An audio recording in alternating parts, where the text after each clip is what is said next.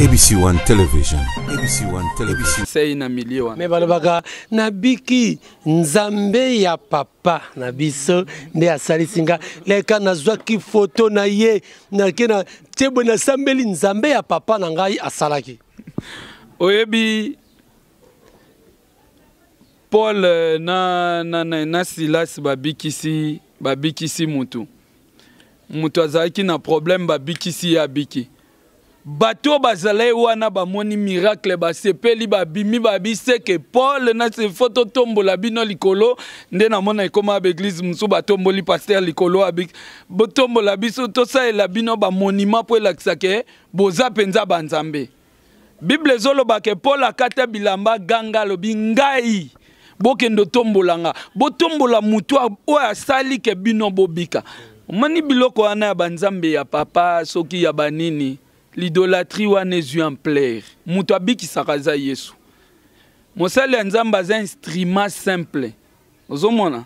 Aza instrument. Nzamba yebaki calcule bien. Omoni Moïse asali ba miracle ebele. Bauti Égypte bazoya. Mer rouge a fongoli. Eloko bo asali tellement ba miracle lekaki. Pona bana Israël bakoma omona Moïse nzambe. Ozomona? Souvent ba pasteur ebele bazana langage wana bandolo bono nzamba mona na atebo mona ngai inde na komi nzambe ngana non okoma nzambe te po nzamba zala toujours. Moïse tellement trop de miracles ba koma komone nzambe. Nzambe siko tellement zara jaloux, c'est un Dieu jaloux. A komi na porte akana ipsi Moïse yo okota te osuka a. Mabeni ni o Moïse asala ekoki koleka o David asala po David aboma mutu. Abomi mutu abotoli mwasi na ye. Masengi pardon balimbisi ye. Mais Moïse azuka nzete abeti kaka place amai baboyo limbisa ye. Comparé mabe wana na ya Moïse na ya David wa pesa grave. Mais le plus important, David a ebe komikiti ça. Mais Moïse lokola sa kerer ata senga pardon nzamba tala biyoso koti kana kuna na kana okomi nzambe. Po bato ba obosa na kena za ba ko momono ofongoli mer rouge okitisi ba man ba miracle bango baza sa lelo ba miracle ana ezate. Mais pourquoi est-ce que bato ba limba zo place en Nzambe? C'est ça le problème. Voilà, merci, c'est ça le problème. Je crois que bozo comprendre ndengenini le prophète Yves Mwamba a expliqué bah fausse église, c'est vrai, selon ba dire naie et si quand yo monique bazo ça ba pratique qui ne plaise pas à Dieu, ba pratique le ko la ba maï, ba huile, ba tout ça machin. Donc il est temps au discerner au longwawana. Luka et Sika Oyo Lilobeza ya solo. Alors prophète, est-ce qu'il est permis à un prophète aussi à Mokambi église à côté de la serviteur teka na kata église, est-ce qu'il faut peur parce que c'est ce qui fait que et puis si moi moi orgueil wana tout le monde azaïne prophète au service de l'église kaka na kati ya se makolo ya papa na ye, mais tout le monde veut devenir yépe Mokambi bien qu'il soit prophète. En réalité, Ephésiens chapitre 4, on nous parle de 5 ministères. Nous avons des prophètes, des pasteurs, des apôtres, des docteurs et des évangélistes. Est-ce que le prophète faut appeler qu'à l'église? C'est là c'est ça. Dans le ministère, un prophète de ministère, il a droit à Rokamba ministère Mobimba, donc responsable église. Le premier église qui a existé, Moutakamba qui prophète, Moïse. Nzamba ebise construit le tabernacle d'après les modèles Nalakisio. Mutalibo soit sali tabernacle, c'était Moïse Azaki prophète. Abandio Kambéglise, il était la tête de l'église. Même temps que je 3 heures ko ebisaye que Kabola batache établir Batouba servir dans quatre églises. Donc de ce côté, il n'y a pas de problème. Mais il y a maintenant un problème, c'est que dans le domaine prophétique, c'est le monde qui est vaste. Nous avons des prophètes de ministère et nous avons des prophètes de dons. Mutwazaka na likabo yako pe sa prophétie. Maza prophète de ministère te. Aza même pas prophète, azandeka na likabo.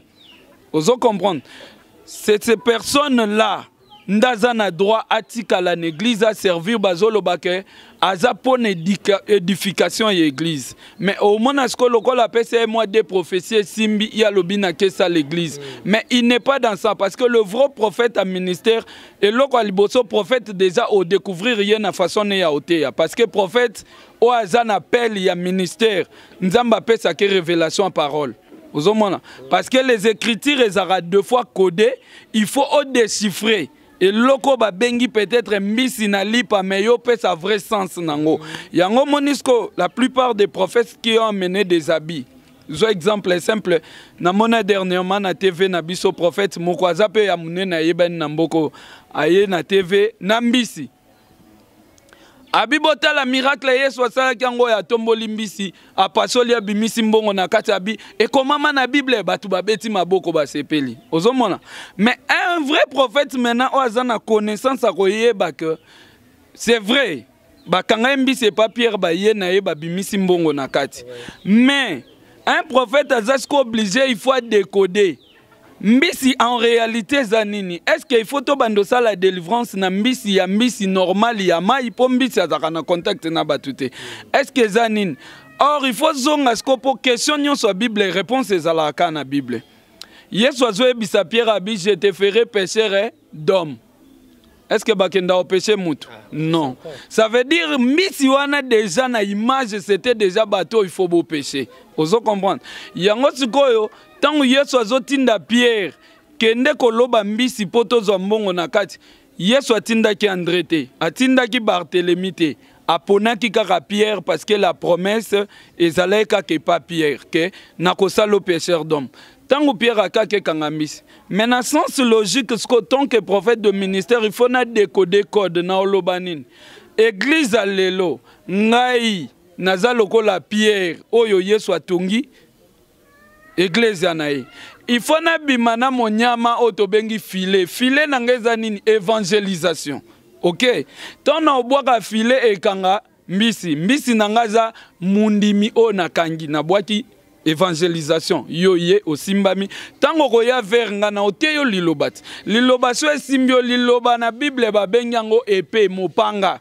Ça veut dire épée wanande pasolo libomu. Ça veut dire parole esimbio au koti libo na poso pese offrande. C'est ça le principe, le code des acquis marqué yangwana. Mais mutos ko ebita ko ya ko episoke toka ngangolo to bimisa chaque jour bo bando kanga combien de mbisi po bimisa mbong. En réalité ba mbiso Bible lo beleza batu bandimi. C'est ça. Voilà, je crois que Maman Nabiso Rita Yanfo Kuna na Châteauroux azo comprendre également mon longali naye Jean-Mathieu Boyembe na Châteauroux pe Fanfan Boyembe na Pesibino Nyosombote kuna na France Bénédicte Boyembe hein dans pambola yo kuna na Châteauroux. Donc je crois que vous comprendre le message oyo très bien oyo prophète Yves Mwamba azo pesa donc tozo ke na suka c'est vrai mutuna to bi un prophète a sali église. Alors, s'il arrive que prophète Moko a prophète des dons, mais a des ministères, mais par cupidité, a sali, conséquence des années. Conséquence à l'iboseza comme a appelé a sali un intérêt à diable. Ça veut dire aoye la binoba pratique contre nature aoye la binoba bloko yo yeso atika kite yango sko Bible zoloba boloba déjà ala kamamabe. Pourquoi? Parce que biloko ya koye la bino et comme ma bino na perdition ndoko monasko mutazoloba depuis na bandine église oyo je ne peux que voir babiloko moroboye ezoza malamu. Donc ça signifie que ça aura aussi des influences négatives sur la vie spirituelle ya bandimi wala. Et comme même influence négative parce que yé premièrement loko aliboso Luka a Luka même abino na no plus na image à ba miracle parce que eloko aliboso boko découvrir oyebi okoki ko bomba jamais milinga ata o kanyango ndeni suka na ngwebima kaka si tu n'es pas appelé oye na aventure na makambwana ne bandeli batu ba comprendre te mais avec le temps avec le temps milingeya kaka ko reverser parce que tango abandane bandeli loko les appels te azana moi de verser na ya bandozo bino nango abeti moi de verser ne asko mukolo ko sila ye il faut que esko ko luka bonganga aye la bino ba miracle mensongère au Paul azolo bana mukanda de Thessaloniciens lobi que de miracle mensongère soutenu par les Satan ndo bando mona asko ba miracle moko on a pe ba bandime Pelé balingaka sko balingi des miracles des places sko ba ozo bango po ba ebi ke point faible et bandoza la wana c'est comme ça ba miracle ngo bandoza sko ba mensonge o bando monaka ata 30 témoignages en église était avec la moni boro luka avec la ngo après campagne azate oh bo mona lem susu o te nani mama moko monani kana campagne aboti ba mapasa misato mais herboze en église moi ça c'est miazala quitté tout d'un coup kana campagne monani était na yake na donc barbando créer ba miracle c'était monter tout avec toutes sortes de pièces et comme à même na niveau même il y a qu'on fabriquer le message ça veut dire quoi pasteur a comment coopérer na ba petit à confiance avec lukayo Jimmy donc ça veut dire au moins à un certain moment ba montage à ba prophétie comme au côté même l'église bible zolo rapport abenda batu ba yaka kaka binora goût ce au moins parce que la vraie prophétie à solo était na 100% parce que nzambe faut limiter yo po y pas à place pour la bible dit on a reçu les dons comme prophète, ça veut dire toza lokola. En réalité, toza penza ba prophète pour le vrai prophète c'est Jésus-Christ. Biso toza sko lokola yé. Ozomona. Et comme est-ce qu'on a une dimension pour maintenir chaud. Na lokola na ebi vino na beteli mutul solo. Moni étant au pointé lobane boye. Tant yo koza convaincu lobi c'est ça.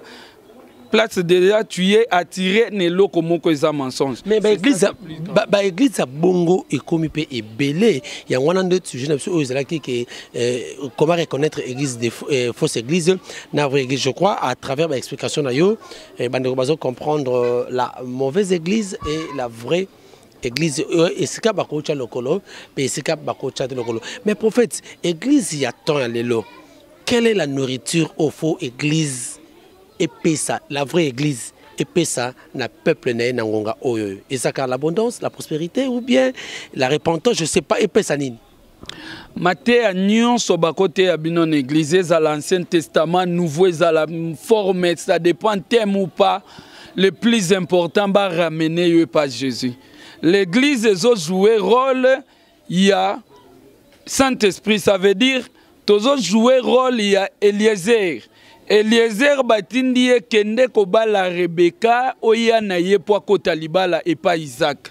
Ça veut dire Eliezer azane lokwa kolobate yazo kenda pie mbongo libala zu Rebecca memi po tike nanda kwa Isaac. C'est ça le rôle au église ezo jouer lelo. Ça veut dire nous sommes là pour préparer les gens to mema bango na libala et pas Yesu.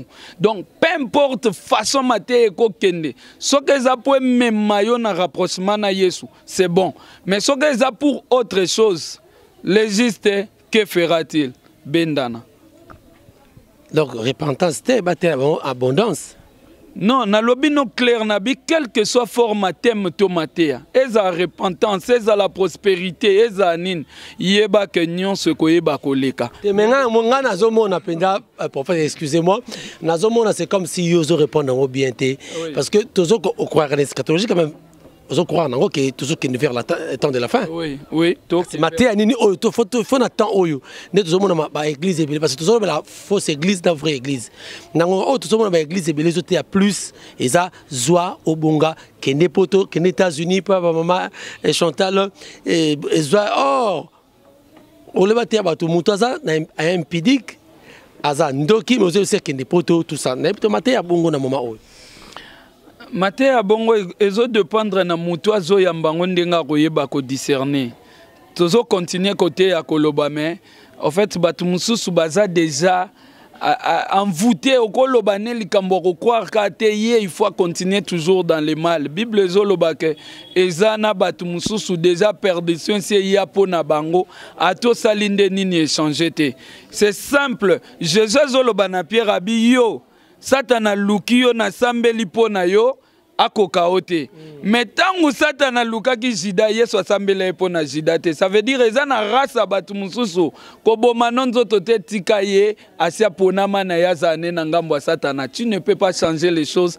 Tika mukolo bilanga jour akoya akopona wapi ya bien wapi ya mabe po ebwaka mana moto. Voilà, merci beaucoup. Wapi ya bien wapi ya faux, je crois par cette parole de toko silisa vraiment émission oyo prophète mot de la fin na ndenge to siko sala sur la fausse église et la vraie église. Qu'est-ce que internaute nyoso bakoko retenir par rapport ya passage d'ailleurs na thème oyo?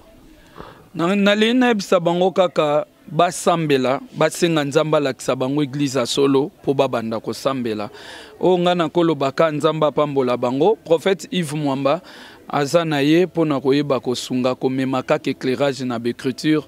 Bandeko balingi ko contacter prophète Yves Mwamba bazwa vraiment éclaircissement parce que oui, que télévision zangonga, mais au koki ko benga to continuer pour to landelango bien naza disponible na ba réseaux sociaux nyonso nazali, mais benga na 084 donc au petit code na biso RDC plus 243 84 290 48 plus 243 84 290 48, Benga prophète Yves Mwamba, écriture de Dieu, responsable et église source de paix. Ce qui pose un problème, bando, toi t'es à combien? Benga toro limbola, nzamba roye bako sunga. Na si petite sœur propre en États-Unis, Bijou Ilunga, pourquoi pas Madi Nyota Mwamba, en États-Unis, Nelly Lunga na Djobour, sans oublier Bandeko Bazé Belé, puis frère Nangai Didier Mvumbi na Autriche, Nzambe Apambola Bino. Voilà, merci beaucoup Nzambe Apambola Bandeko Nyoso Bolandi Biso, Maman Chantal Ayao, merci beaucoup pour la opportunité aussi qu'on peut s'abisso, na responsabilité Nzamba Apambola papa osé pour na pas conseil na yo vraiment na yebi ke ekosimba kaka Bandeko Bolandi Biso. Vraiment, bon s'abonner, et ce qui va commis YouTube, wana, bon insister, bon s'abonner, vraiment, wana, Kota Boroza toujours des suites, donc Boroza toujours n'a pas information, il y a sur. Merci Nadadi Boyembe, merci na maman. Maman Chantal, merci na Noël Boyembe, merci également na maman Boyo, hein, maman Boyo. Kuna na maman Sylvie, toujours na États-Unis, na lingi bino makasi to komona na prochainement. Na pesi bandeko ya Djobour omote na Claude Omokomo kuna na Djobour azonangai. Merci derrière la caméra c'était Joël Gonago. Merci na montage ya Fali Matoko Nzambe Apambola yo pe Apambola ba équipe nyoso ya ABC1 Mama DS Lopinga, Pasteur Didier Lopinga. Vraiment ça c'est le conspire. Il y a ABC1, c'est-à-dire conseil spirituel. Il y a ABC1, un papa, Didier Lopinga. Vraiment, tout. Timothée Rissassi, dans la Chine, na trésor imoti, Nzambe Apambola Bino, na conseil tout besoin pour que Makambo ça bien. Tout prochainement. Ciao.